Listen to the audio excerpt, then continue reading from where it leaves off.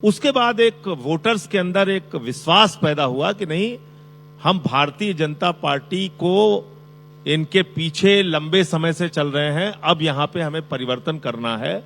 जिसके बाद आप देख रहे होंगे कि अरविंद केजरीवाल जी की सभाओं में, हमारी बाकी जो नेताओं की वहां पे सभाएं हो रही हैं, उसमें जबरदस्त भीड़ आ रही है और जनता का जबरदस्त समर्थन मिल रहा है। अभी वहां हमारे नेताओं को गिरफ्तार कर करके जेल में भी डाला गया, जिसमें चैतर बसेवा जी एक हमारे एमएलए हैं, उनको डाला गया जेल में। बहुत सारे और नेताओं को जेल में पकड़ पकड़ के डाला गया। जो बीजेपी का काम है वो बीजेपी करती है। तो लेकिन ये जरूर है कि आम आदमी पार्टी गुजरात में बहुत तेजी के साथ बढ़ रही है और बहुत ही अप्रत्याशित चौंकाने वाला परिणाम आपको 2027 में देखने को मिल सकता है वहां। अब 2027 की बात हो रही है तो गुजरात की बात है। उत्तर प्रदेश में भी चूंकि चुनाव है, मार्च में चुनाव हो के सरकार 27-28 मार्च से पहले बन ही जाएगी। उत्तर प्रदेश में भी आप लोग काफी मेहनत कर रहे हैं। उत्तर प्रदेश आप ही देख रहे हैं, जगह जगह आपकी यात्राएं हो रही हैं, जगह जगह हमारे रिपोर्टर संवाददाता रिपोर्टें भेजते हैं तो पता चलता है। आप क्या मानते हैं कि लॉ एंड ऑर्डर पे तो भाई योगी जी को 10 में 10 नंबर देना ही पड़ेगा, उन्होंने बहुत सख्ती करी, गुंडा माफिया सब भाग गए, लेकिन इसके अलावा उत्तर प्रदेश की और क्या समस्याएं हैं जिस आधार पर आप मानते हैं कि भारतीय जनता पार्टी को आप टक्कर देंगे या भारतीय जनता पार्टी के प्रतिद्वंदी सामने खड़े होंगे तो आपके सवालों का जवाब देने में थोड़ा उनको मुश्किल होगी? देखिए, एक बात उपेंद्र जी समझना होगा हम लोगों को जी, तानाशाही में तो अहंकार चल जाता है, लेकिन लोकतंत्र में अहंकार नहीं चलता। अहंकार से सत्ता नहीं चलती, संवाद से सत्ता चलती है, बातचीत से सत्ता चलती है। लोकतंत्र तो संवाद से चलेगा, लेकिन वहां लाठी तंत्र जो चलाया जा रहा है, और लाठी तंत्र इस कदर चलाया जा रहा है, मुसलमान को टारगेट करो, दलित को टारगेट करो, पिछड़े को टारगेट करो, और यहां तक टारगेट करो कि शंकराचार्य को भी मत बख्शो, उनसे भी प्रमाण पत्र मांगो कि आप बताइए आप शंकराचार्य हैं कि नहीं है।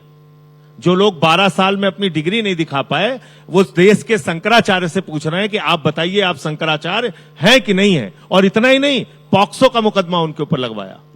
तो मेरा ये कहना है कि दुर्भावना की जो राजनीति होती है ना, उसको जब तक आपकी सत्ता है लोग बर्दाश्त करते हैं। जब उनको उंगली में स्याही लग जाती है और वोट देने के लिए जाते हैं तो वो 5 साल आपके याद करते हैं कि आपने उनके साथ क्या बर्ताव किया है। उत्तर प्रदेश में बेरोजगारी बहुत बड़ा मुद्दा है, किसानों की जो हालत है वो बहुत बड़ा मुद्दा है, और जिस तरह से सरकार के अंदर अभी आप देखिए वहां बांदा विश्वविद्यालय में, और बांदा विश्वविद्यालय का मामला है जिसमें आरक्षण में हेराफेरी की गई। आरक्षण तो संवैधानिक व्यवस्था है ना, वो मोदी जी की या योगी जी की कृपा से तो मिली नहीं है, वो तो संसद ने पास किया है ना। उसके बाद आपने एक कोऑपरेटिव बैंक है लखीमपुर खीरी का, उसमें आरक्षण में घपला घोटाला किया।